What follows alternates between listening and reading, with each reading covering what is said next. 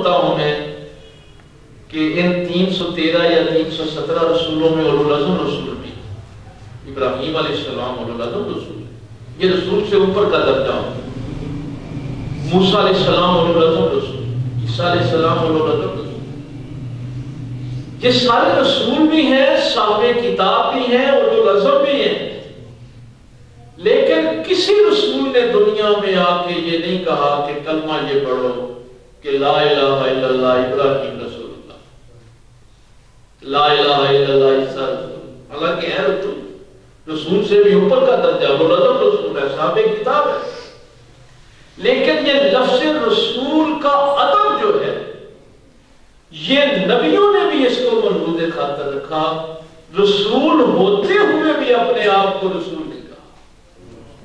اولو العزم رسول ہوتے ہوئے بھی دنیا میں آ کے اپنی رسالت کا کلمہ نہیں پڑھا،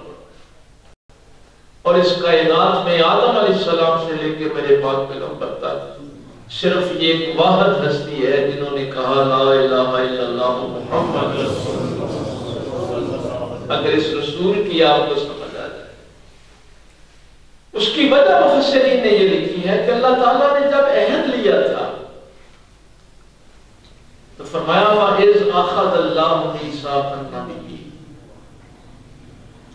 لَمَا آتَيْتُكُم مِّن كِتَابٍ وَحِكْمَةٍ ثُمَّ جَاءَكُمْ رَسُولٌ۔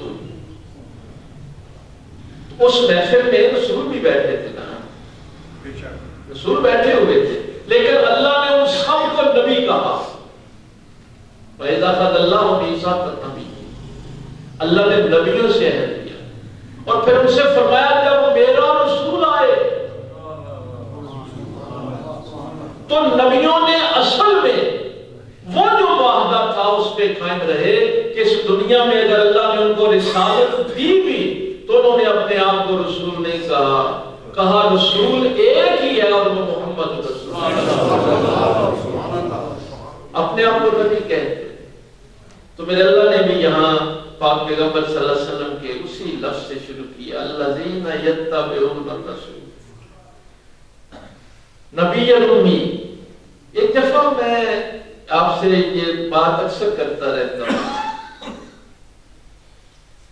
کہ یہ میرے اللہ کا عجیب معاملہ ہے، رولا شروع دن سے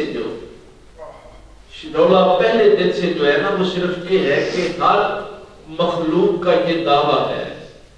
کہ ہم اللہ کے زیادہ قریب، ابلیس کا بھی یہی دعویٰ تھا کہ میں اللہ کا زیادہ مقرب، اور وہ علامہ عبد الرحمن ابن جوزی رحمہ اللہ نے اپنی کتاب تلبیس ابلیس میں جو قرآن کریم کی آیات اس حوالے سے لکھی کہ ابلیس نے جب اللہ سے پوچھا کہ مولا کریم، اس وقت بھی معاملہ یہی تھا کہ میں اس کو سجدہ کروں جو بھی پیدا ہوا ہے، اس کے نام اعمال میں نہ کوئی نماز نہ روزہ نہ سجدہ، ابھی تو اس نے عبادت بھی کوئی نہیں کی، اور میرے نام اعمال میں ہزاروں سال کے سجدے ہیں، میں مکرم۔ بھائی یہ بات تو بڑی مشکل ہے نا، یہاں کو 70-80 سال کا بابا بیٹھا ہو اور اسے کہا جائے کہ تم اس بچے کو سجدہ کرو جب ہی پیدا ہوا ہے، تو بات تو بڑی مشکل ہو جاتی ہے۔ تو علامہ عبد الرحمن ابن جوزی یہ شیخ سعدی کے استاد ہیں، ان کی کتاب تلبیس ابلیس کے اندر میں نے پڑھا تھا، اس نے کہا مولا کریم میرے نام اعمال میں ہزاروں سال کی عبادت اور یہ ابھی پیدا ہوا، مجھے یہ بتا کہ تو نے اسے مجھ پہ فوقیت کی۔ اس کو بھی یہ تھا کہ میں اللہ کے زیادہ قریب، لیکن ابن جوزی یہاں پہ جو مقدمہ لکھتے ہیں وہ فرماتے ہیں کہ یہ صرف تو فرشتوں کے پاس بھی تھی، فرشتوں نے کہ نامہ اعمال میں بھی تو ہزاروں سال کی عبادت تھی، فرشتوں نے تو یہ اعتراض نہیں کیا کہ مولا کریم ہمارے نامہ اعمال میں ہزاروں سال کی عبادت ہے، ہم آدم کو سجدہ کرتے، تو فرشتوں نے سجدہ کر دیا، ابلیس نے نہیں کیا۔ رولا وہاں بھی یہی تھا، وہ سمجھتا تھا کہ میں فرشتوں سے زیادہ مقرب، اور میرے اللہ نے جہاں پہ جہاں میں آپ کو لے کے آنا چونکہ درس قرآن کی محفل، اللہ تعالیٰ نے یہاں پہ جو جملہ ارشاد فرمایا وَكَانَ مِنَ الْكَافِرِينَ، وَإِذْ قُلْنَا لِلْمَلَائِكَةِ اسْجُدُوا لِآدَمَ فَسَجَدُوا إِلَّا إِبْلِيسَ أَبَىٰ وَاسْتَكْبَرَ وَكَانَ مِنَ الْكَافِرِينَ۔ یہ کھانا جو ہے نا یہ ماضی کا سیکھا ہے۔ کھانا کا معنی ہوتا ہے تھا۔ اللہ یہ نہیں فرما رہا کہ وہ اب کافر ہوا ہے، فرمایا وہ تھا ہی کافروں میں سے۔ یہ آیت کا اختتام بڑا عجیب ہے، وَكَانَ مِنَ الْكَافِرِينَ، وہ تھا ہی کافروں میں سے۔ مولا کریم پھر یہاں پہ لا کے اس کو کیوں نکالا؟ پہلے نکال دیا جاتا، اور اللہ کو یہ بھی علم تھا کہ اس نے سجدہ نہیں کرنا، اللہ کے علم میں تھا، اس نے نہیں سجدہ کرنا۔ اب یہاں جو لائن ڈرا کی گئی وہ یہ تھی کہ یہاں سے چونکہ انسانوں کا سلسلہ شروع ہونا ہے تو لوگوں کو اس بات کا علم ہو جائے، دعویٰ سب نے یہی کرنا ہے کہ میں اللہ کے قریب ہوں، میں اللہ کے قریب ہوں، میں اللہ کے قریب ہوں۔ تو یہ قرآن کریم کی آیت ان کو سمجھا رہی ہے کہ اللہ اس کے قریب ہوتا ہے جو نبی کے قریب ہوتا ہے۔ یعنی فرشتوں کو اللہ کا قرب کیوں مل گیا؟ انہوں نے سجدہ کر لیا۔ یعنی ایمان کا معیار کبھی بھی توحید نہیں رہا، رسالت رہا۔ ایمان کا جو معیار ہے وہ توحید، اگر توحید ہوتا تو پھر ابلیس جو ہے نا وہ تو بہت آگے نکل جاتا۔ یہ یہاں پر بھی قرآن کریم نے ایک تو یہ لائن ڈرا کی کہ اگر کسی کو یہ غلط فہمی ہو جائے کہ میں اللہ کے بڑا قریب ہوں تو وہ یہ سوچ لے کہ اللہ اس کے قریب ہوتا ہے جو اس کے نبی کے قریب ہوتا۔ جو نبی سے دور ہو اس کے سجدے اس کے منہ پہ مار دیا۔ دوسرا یہ اپنا غزوہ بدر کی آیت میں یہاں اسی پارے میں دیکھ رہا تھا، اللہ فرماتا ہے کہ تمہاری یہ خواہش تھی۔ یہ لفظ رسول کی نسبت اگر آپ کی سمجھ میں آ جائے کہ یہ نسبت کتنی بھاری ہوتی ہے، اور پھر ابن جوزی نے جو ان کی کتاب جو ہے نا الوفا، یہ میں تھوڑا سا تعارف آپ کو کروا دوں، ابن جوزی کی کتاب الوفا یہ آخری کتاب ہے، یہ 328 کتابوں کے آثر ہیں،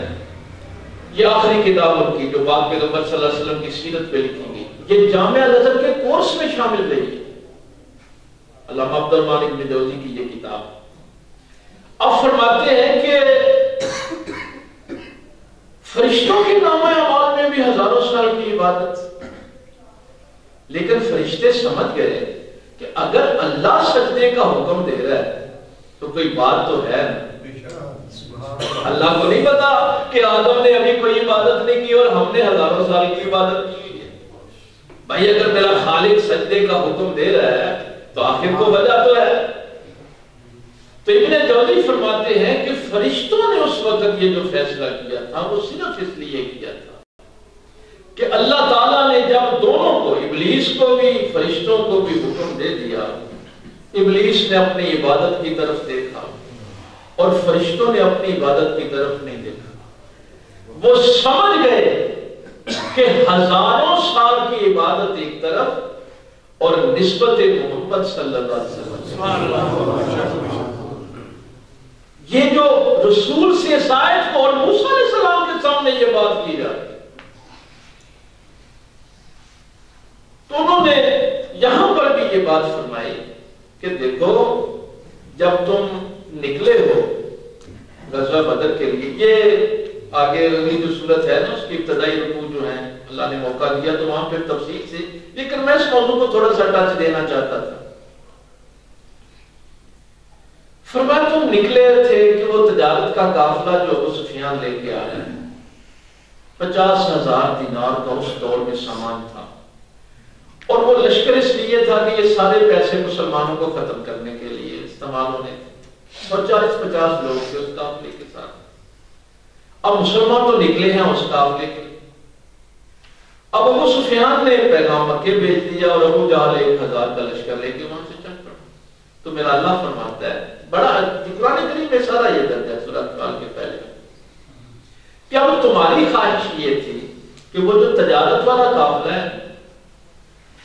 اس کے ساتھ ہمارا آمنا سامنا ہو جائے، چونکہ ہتھیار لے کے تم ہم نکلے نہیں، جنگ کی نیت سے تو نکلے نہیں،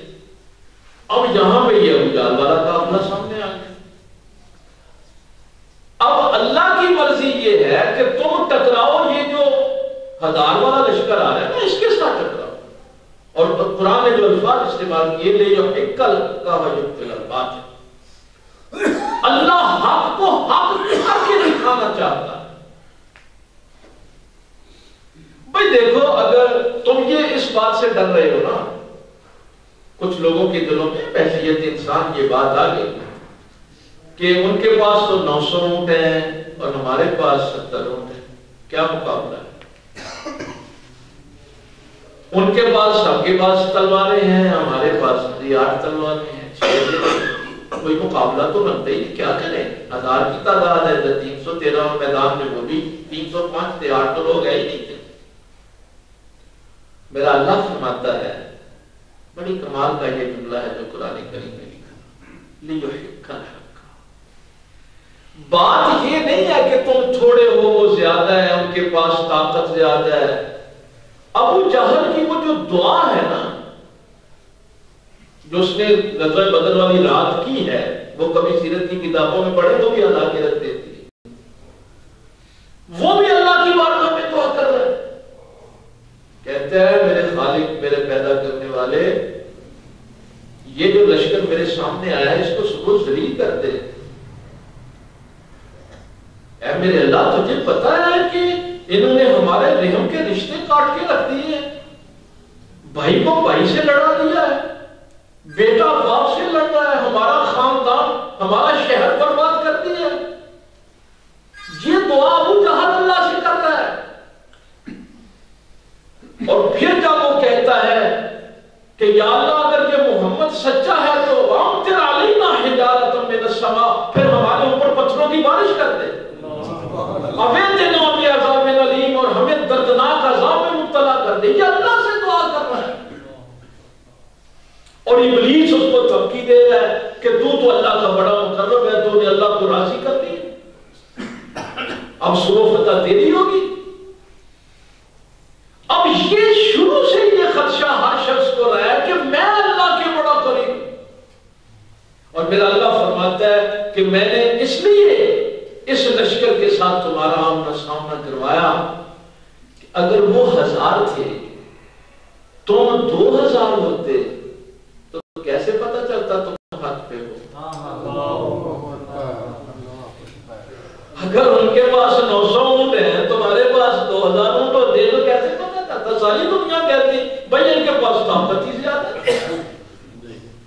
اب تمہارے پاس ظاہری سامان نہ ہو اور پھر تم اس لشکر پہ غالب آ جاؤ، اور یہ لائن کھینچ دی جائے کہ وہ جو کہتے ہیں نا کہ ہم بھی اللہ کے بڑے، ہم ابراہیم، وہ کہتے تھے ہم ابراہیم کی اولاد ہیں، کعبے کے متولی، ہم بھی اللہ کے بڑے مقرب ہیں، تو میرا اللہ فرماتا ہے کہ یہ ایک دفعہ پھر لائن ڈرا ہو جائے کہ نہیں، اللہ صرف اس کے ساتھ ہے جس کے ساتھ محمد کریم۔ تو یہ یعنی قصہ ابلیس سے لے کے غزوہ بدر تک قرآن یہی لائن ڈرا کر رہا ہے کہ کبھی اس پلیکھے میں نہ رہنا کہ میں اللہ کے بڑا قریب ہوں یا اللہ میرے بڑا قریب ہے۔ اللہ صرف اس کے ساتھ ہے جس کے ساتھ رسول، اس کے ساتھ رسول نہیں ہوتا، اللہ اس کے ساتھ نہیں۔ پھر یہ جو بات آگے امی کی، کچھ بے وقوفوں نے ہماری پاک پیغمبر صلی اللہ علیہ وسلم کی امت میں یہ بھی بڑا انتشار پھیلایا کہ اس امی کا معنی ان پڑھ کر دیا، حالانکہ اللہ تعالیٰ نے اس کو نبی پاک کی صفت کے طور پر بیان کہ میرے محبوب کریم صلی اللہ علیہ وسلم اس دنیا میں آ کر کسی انسان سے آپ نے لکھنا پڑھنا نہیں سیکھا۔ تو جیسے ماں بچے کو جنم دیتی ہے نا، تو اس وقت بالکل اس کے اوپر کوئی یہ نہیں کہہ سکتا کہ فلاں بندے نے اس کو سکھایا ہے۔ یہ میرے پیغمبر بھی امی ہیں، اسی فطرت اولا پہ موجود ہیں جیسے ماں نے ان کو جنا تھا، کسی انسان سے انہوں نے علم حاصل نہیں کیا۔ اب یہ بڑی حیران کن بات تھی کہ جس نے کسی انسان، کسی مدرسے، کسی یونیورسٹی سے نہیں پڑھا، وہ جب عقائد پہ گفتگو کرے تو انبیاء کے بھی سر جھک جائیں، وہ جب معاشرت کی بات کرے تو فلسفے والے سر جھکا کے بیٹھ جائیں، وہ طب پہ بیٹھ جائے تو بکرات کو بات کرنا نہ آئے، سابقہ انبیاء کا تذکرہ ہو تو میرے پاک پیغمبر صلی اللہ علیہ وسلم کے سامنے کوئی بول نہ سکے، تو میرا اللہ فرماتا ہے یہ تھی صفت میرے رسول کی، یہ معجزہ تھا میرے پیغمبر کا، تیرے آگے یوں ہی دبے لچے فصحا رب کے بڑے بڑے، جانے منہ میں زبان نہیں بلکہ جسم میں جانے۔ جب میرے پاک پیغمبر صلی اللہ علیہ وسلم، اچھا یہ بھی بڑی عجیب بات ہے، میری سرکار نے فرمایا اللہ تعالیٰ نے مجھے جامع القلم بنایا، مختصر گفتگو فرماتے، اتنی مختصر تاریخ دان حیران ہے کہ نبی پاک صلی اللہ علیہ وسلم جب ارشاد فرماتے کوئی تو لفظ گنے جا سکتے تھے، بڑی مختصر گفتگو فرماتے، لیکن ان کے اندر معنی اتنے چھپے ہوئے ہوتے تھے، فصاحت و بلاغت اتنی ہوتی تھی۔ انگریزی والے بڑے ایک جملہ کہتے ہیں اس معاملے میں، وہ کہتے ہیں everything is in the between the line، اصل چیز تو between the line میں ہوتی ہے، اصل معنی تو، اور پاک پیغمبر صلی اللہ علیہ وسلم کے ایک ایک جملے میں علم کے سمندر چھپے ہوئے ہوتے ہیں، اور یہ وہ بات لوگوں کو حیران کرتی تھی۔ یہ بات میں نے اس لیے، چونکہ اگلا جملہ امی آ رہا ہے، کہنے والوں نے تو کمال کا کہا، جب سرکار کی بارگاہ میں حاضر ہوئے تو کہا السلام امیوں استاد کل، السلام امیوں استاد کل، کیسا امی ہے کہ کائنات کا استاد، السلام صاحب ارشاد کل، فرمایا مجھے حفظ کرنے کی بھی ضرورت نہیں، میرے پیغمبر نے کبھی کوئی چیز حفظ نہیں کی تھی،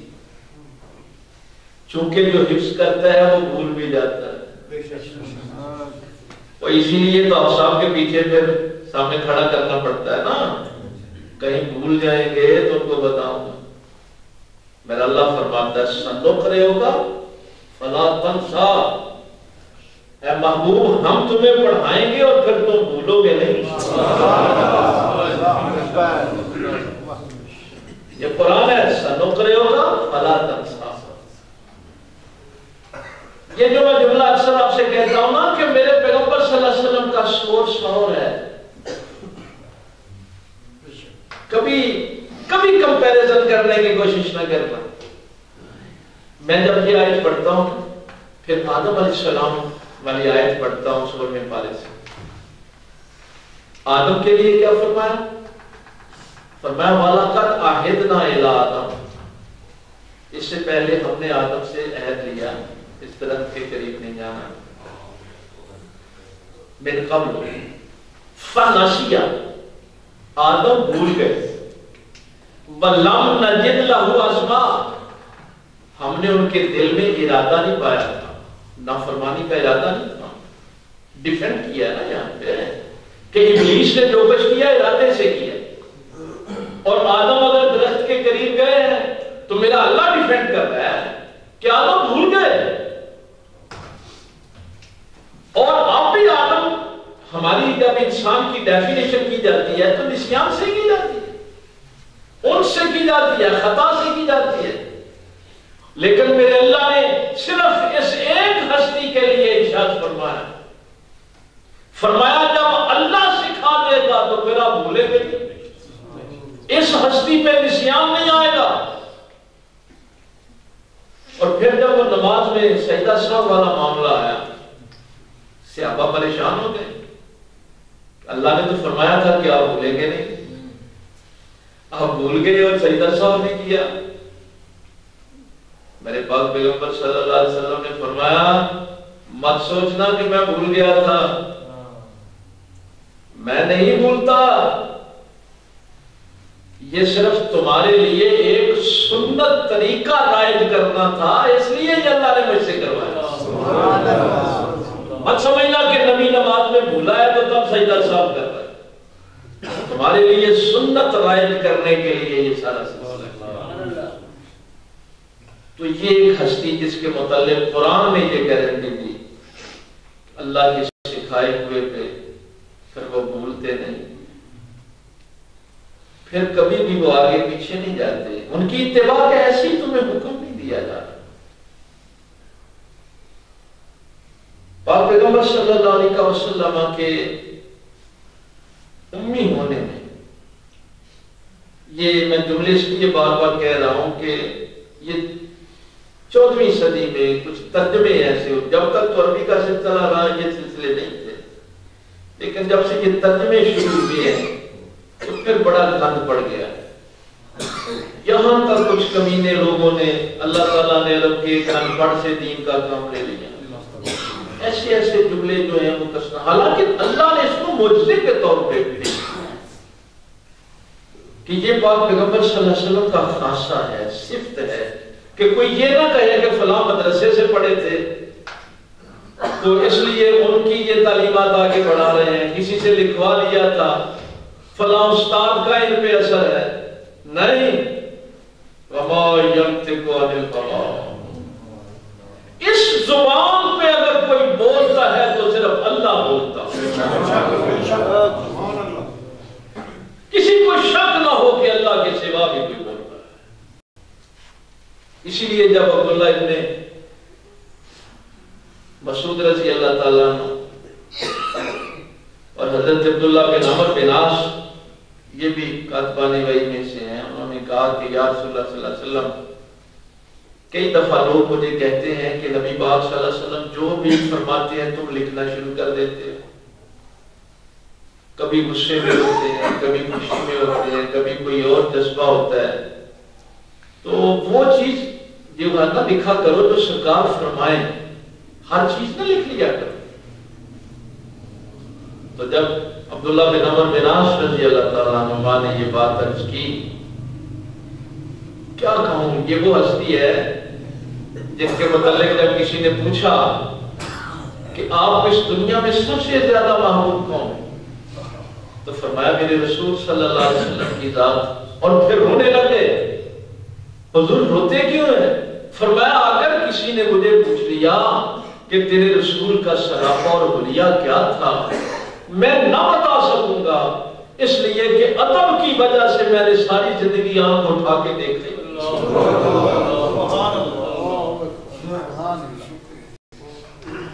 میں کہتا تو ہوں کہ مجھے محبت ہے اپنے رسول صلی اللہ علیہ وسلم سب سے زیادہ، اگر تم مجھ سے حلیہ پوچھ لے تو میں اپنے محبوب کا حلیہ نہیں بیان کر سکتا، کہ تعظیم کی وجہ سے میں ساری زندگی آنکھ اٹھا کے نہیں دیکھ۔ وہ یہ عرض کر رہے ہیں کہ یا رسول اللہ صلی اللہ علیہ وسلم، لوگ کہتے ہیں کہ ساری باتیں نہ لکھا کر، تو میرے آقا نے مسکرا کے فرمایا عبداللہ، میری زبان سے جو کچھ سنو لکھ لیا کرو، اس لیے کہ اس زبان سے حق کے سوا کچھ نہیں نکلتا، غصے میں بھی نکلے، خوشی میں نکلے، جہاں بھی کوئی لفظ نکلتا ہے وہ حق کے ساتھ نکلتا ہے۔ یہ باتیں ساری اس لیے ہیں کہ جب ہمارا یقین ہوگا کہ اس زبان مبارک پہ اللہ بولتا ہے تو پھر ہمارا شک دور ہو جانا چاہیے۔ پھر یہ تو نہیں نہ ہونا چاہیے کہ اللہ کے رسول صلی اللہ علیہ وسلم کو بات فرما دیں تو پھر ہم کہیں کہ نہیں دنیا داری بھی تو ہے نا، کہ کریے ادھر بھی تو کچھ کرنا ہے سلسلہ۔ اور جن لوگوں کو یہ یقین ہو گیا، میں کل جمعے میں بھی دوستوں سے عرض کر رہا تھا کہ بزرگ کو میں ملنے اکثر جاتا تھا، بڑا پیار کرتے تھے میرے ساتھ۔ اچھا جب بھی کوئی شخص آتا نا دعا کے لیے تو وہ ایسے ہاتھ اٹھاتے اور ساتھ ہی منہ پہ پھیر لیتے۔ ایک دن میں نے ان سے پوچھا، میں نے کہا سرکار آپ دعا بڑی مختصر کرتے ہیں۔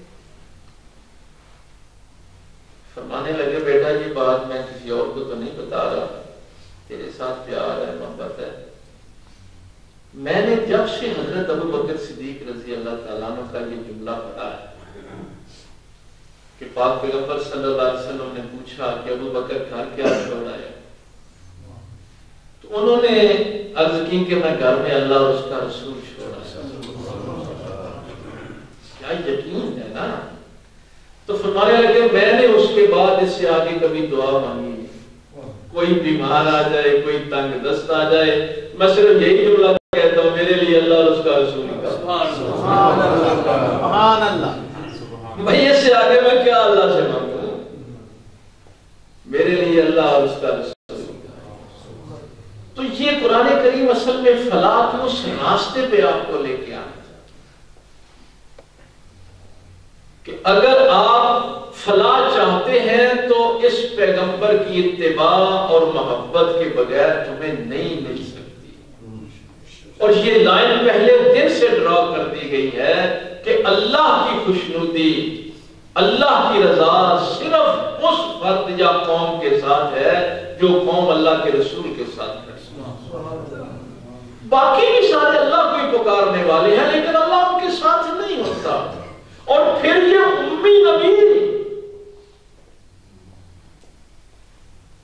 اور بھائی سیدہ مریم کی کفالت کے لیے حضرت زکریا کو چھوڑ دیا گیا۔ ہارون علیہ السلام کو کہا جائے گا کہ موسیٰ علیہ السلام نے پڑھا دیا، شعیب علیہ السلام نے پڑھا دیا، داؤد علیہ السلام نے سلیمان علیہ السلام کو پڑھا دیا، ابراہیم علیہ السلام نے حضرت اسحاق کو پڑھا دیا۔ یہ ہے میرا رسول جس کی زبان سے صرف اللہ بولتا ہے، حق کے سوا کوئی بات نہیں نکلتی زبان سے۔ پھر فرمایا کہ یجدونہ مکتوبا عندہم فی التوراۃ والانجیل، ان کا ذکر صرف قرآن میں نہیں ہے، ان کا ذکر انجیل میں بھی ہے، تورات میں بھی۔ تورات کے اس دور میں جو سب سے بڑے عالم تھے حضرت عبداللہ ابن سلام مناظرے کے لیے آئے تھے، اور پیغمبر صلی اللہ علیہ وسلم سے مناظرہ کرنے آئے تھے۔ اچھا وہ بات پھر میرے ذہن سے نہ نکل جائے کہ امی کے متعلق یہ جو کہتے ہیں نا کہ سرکار، ہاں اس کے لیے ہمارے مفسرین نے یہ بات لکھی ہے کہ جب اعلان نبوت کیا انت تتلو من قبل ولا تکتب بیمینک الکتاب المبتلون، کہ آپ اعلان نبوت سے قبل نہ لکھتے تھے نہ پڑھتے تھے تاکہ کوئی یہ نہ کہے کہ پتہ نہیں یہ کہاں سے گھڑ لیا انہوں نے قرآن۔ اور اس کے بعد پھر یہ بات جو میں نے آپ سے عرض کرنی تھی کہ عورت کو رجم کرنا تھا، بدکاری کی وجہ سے وہ سزا تھی، تو یہودی علماء آ گئے، انہوں نے کہا کہ جی ہماری تورات میں تو یہ نہیں ہے جو سزا آپ فرما رہے ہیں۔ میرے پاک پیغمبر صلی اللہ علیہ وسلم نے فرمایا تورات لے کے آؤ۔ اب وہ مولوی جو تھا ان کا یہودیوں کا، اس نے چلاکی کی، اس نے اوپر سے جب پڑھنا شروع کیا تو جہاں درمیان میں وہ رجم کا حکم تھا وہاں اس نے ہاتھ رکھ لیا، جیسے آج کل ہمارے مولوی بھی کرتے ہیں، آدھی آیت کا ایک حصہ سینسر شدہ قرآن جو ہے وہ لوگوں تک پہنچانے کی کوشش کرتے ہیں، سارے قرآن کی بات نہیں کرتے۔ تو میرے پاک پیغمبر صلی اللہ علیہ وسلم نے اس کا ہاتھ پکڑ کر پیچھے کیا اور فرمایا یہاں سے پڑھ۔ تو پاک پیغمبر صلی اللہ علیہ وسلم ظاہراً تو یہ تھا کہ آپ نہ پڑھتے ہیں نہ لکھتے ہیں، لیکن اگر کوئی موقع آ جاتا تھا تو پھر بتاتے تھے کہ مجھے پتا ہے، لیکن چونکہ یہ اللہ نے میرے لیے معجزے کے طور پہ بات رکھی ہوئی ہے اس لیے میں یہ کہوں گی۔ اس کا یہ مطلب نہیں ہے کہ مجھے پتا نہیں ہے کہ کہاں کیا چیز لکھی۔ عبداللہ ابن سلام کی مناظرہ کرنے کے لیے آئے تھے، یہودیوں کے بہت بڑے عالم۔ اب جب یہودی ساتھ آئے آپ نے مناظرہ نہیں کیا، سامنے آ کے بیٹھے